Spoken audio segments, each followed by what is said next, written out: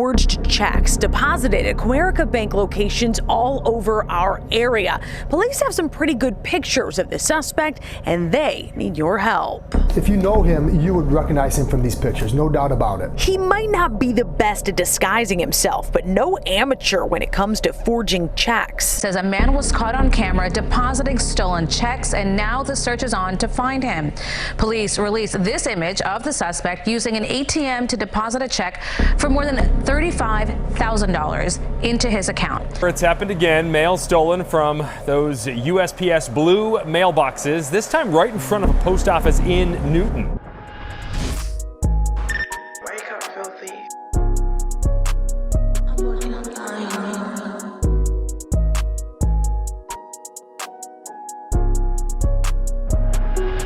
Check fraud might seem like a blast from the past, but believe it or not, it's still a go-to for some scammers.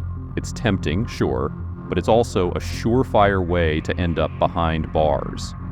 In this video, we're diving into the world of check fraud, how it's done, how folks get caught, and why it's crucial to stay on the right side of the law. You know, before anyone even thinks about pulling off a check fraud scheme, they've got to grab some info first. And these days, it's like open season on mail carriers. They're getting robbed left and right for their keys and cards. It's a risky move, almost like straight-up robbery. But the USPS and lawmakers aren't doing much about it.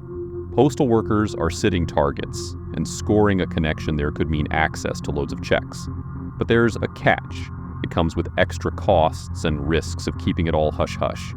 Then there's the felony lane gang hustle. Breaking into cars to snatch up forgotten checks and personal details. Seems a bit old school, right? I mean, who even carries a checkbook nowadays? But believe it or not, it's still a thing. And it's not just checks they're after. They're also looking to grab IDs and credit cards. Some scammers might even try cozying up to someone working in a bank. Jackpot if they succeed. Bank employees have a goldmine of checks and personal info just waiting to be swiped. And guess what? Telegrams become the go-to spot for check fraud. Scammers scroll through stolen check listings, getting the goods instantly or having checks mailed their way. Pretty ironic, considering most of those checks were swiped from the mail in the first place. On Telegram, the whole check fraud game has stepped up. It's not just about learning the ropes. It's like a cooking class, but for fake checks. These big shot scammers, like master chefs, are selling their skills to folks who want to be check fraud stars. Some even sell starter kits to newbies, making it crazy easy to whip up fake checks from home with just a routing and account number. Back in the day, setting up accounts for this stuff meant a ton of networking and risky moves, leaving scammers hanging when things went south. But now, there's a shortcut called open-ups.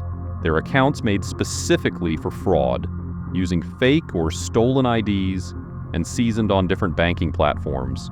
It's a hot ticket in the fraud world, selling for big bucks based on the info used or where they're set up. These open-ups sometimes even come with extras, like fake IDs, making cashing out a breeze. And it's not just that. There are also folks like crash test dummies willing to take the risk for some quick cash. They're out there on social media and in underground networks, advertising their willingness to dive into check fraud. Some might even try to play innocent with the banks or create their own business accounts, which surprisingly has gotten easier since the 2020 pandemic showed how simple it is to make a fake business. These shelf accounts are crafted to look like legit businesses, the ones usually dishing out the big bucks, making them a jackpot for fraudsters. Now, let's talk about cashing out. There's a clever move I've seen lots of local fraud gangs pulling in the US. They call it walkers. Walkers are usually elderly folks roped in by scammers to stroll into banks and cash fake checks in their names or through their accounts. It works like a charm because who's going to doubt grandma or grandpa, right? It's a trust thing. Another trick involves scrubbing the money by buying money orders or cashier's checks using debit cards. And if there are any receipts involved, it adds a layer of credibility, making it easier to convert big sums without raising suspicion, as they're seen as solid, certified funds. Then there's the tech-savvy crew. They might shift the cash into cryptocurrency, which is trickier to trace. And guess what? It can fund all sorts of things, even legal stuff like drug rings. And lastly, there are the business-minded fraudsters. They take the money laundering game up a notch by investing in real estate or using it for business expenses, making everything seem totally legit. It's like a page out of Tommy Egan's book From Power, but in the world of check fraud. Pulling off check fraud might seem like a piece of cake, but getting caught is as easy as taking a selfie these days. The main reasons folks end up in cuffs? Well, first off, these scammers have a knack for becoming the stars of their own little crime show. They meticulously plan out their schemes, but forget the whole cover your face thing when they hit up ATMs. Guess what?